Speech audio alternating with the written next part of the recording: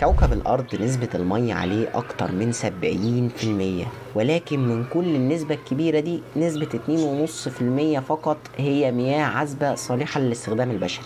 والبشر يسكتوا؟ لا، حتى النسبة الصغيرة دي أغلبها ملوث ومتغير بسبب مخلفات المصانع والسيارات والمراكب وغيرها من الملوثات الكتير.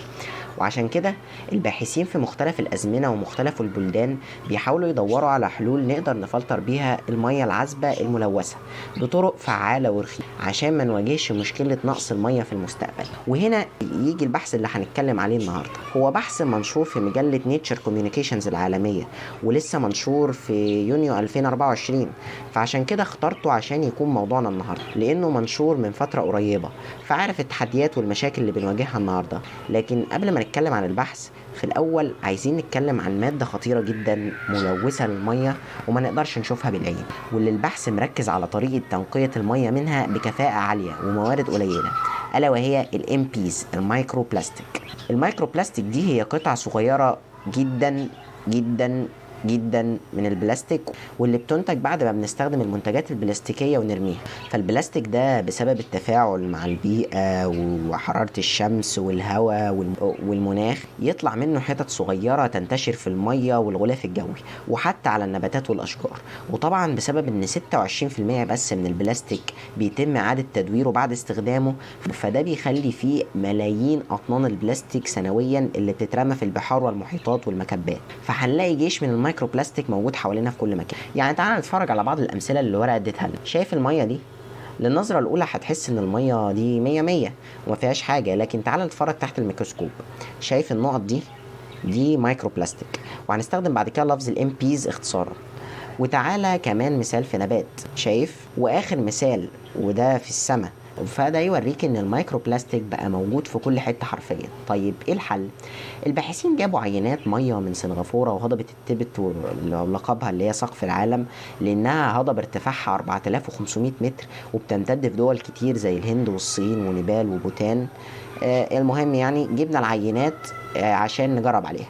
تعال بقى نتعرف على الجهاز اللي الباحثين طوروه هيستخدموه في عملية فلترة الMPs، واللي على حسب الباحثين طلع نتائج مسلة كانت أحسن من أي جهاز لفلترة الMPs قبله ب5 أضعاف. خليني أعرفك على ISEP، واللي هي كلمة اختصار ل Interfacial Solar Evaporation Platform، أو منصة التبخير الشمسي البيئي.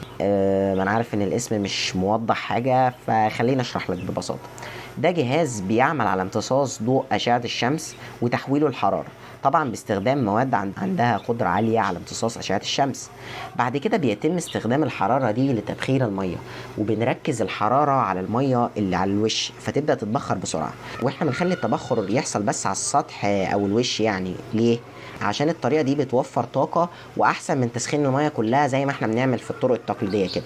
وبس يا سيدي، بنجمع البخار ده وبعد ما بيتبرد يتحول لميه نقيه ما فيهاش ملوثات. فكره بسيطه خالص. طبعا الفن كله واللي بيأثر على كفاءه الجهاز هي المواد المستخدمه، ولا هنتعرف على اهم ماده فيهم بسرعه كده، اللي هي الCF، اللي هي الاختصار لكربون فايبر، واللي هي الياف مصنوعه من الكربون عندها قدره عاليه على امتصاص الحراره وبتساعد في عمليه تبخير الميه، وبتتميز بقوتها ووزنها الخفيف، ده غير قدرتها على ازاله الMPs طبعا. ودي احيانا بيتحط لها حاجه اسمها البوليثيميليمين.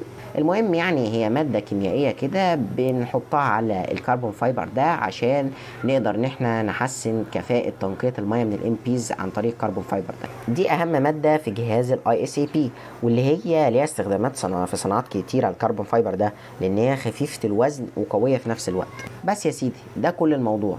بس الموضوع كله مش جميل كده، رغم النتائج المبشرة اللي الجهاز اللي هم طوروه ده حققها، واللي البحث بيقول ان الجهاز ده يقدر يفلتر من 73% لحد 100% من الMPs، طبعا على حسب حجمها وانتشارها وكثافتها.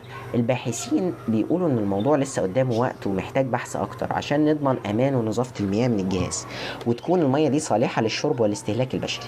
هي دي قصة البحث كله ببساطة خالص. لو عجبك الفيديو ما تنساش اشتراك ولايك بعد اذنك، ولو عندك بحث عايزنا نعمله في فيديو زي ده قول لنا عليه في التعليقات. وبرحب بكل ارائكم بخصوص الفيديو ده، بخصوص المونتاج او بخصوص السكريبت او بخصوص الصوت. والسلام عليكم ورحمة الله وبركاته.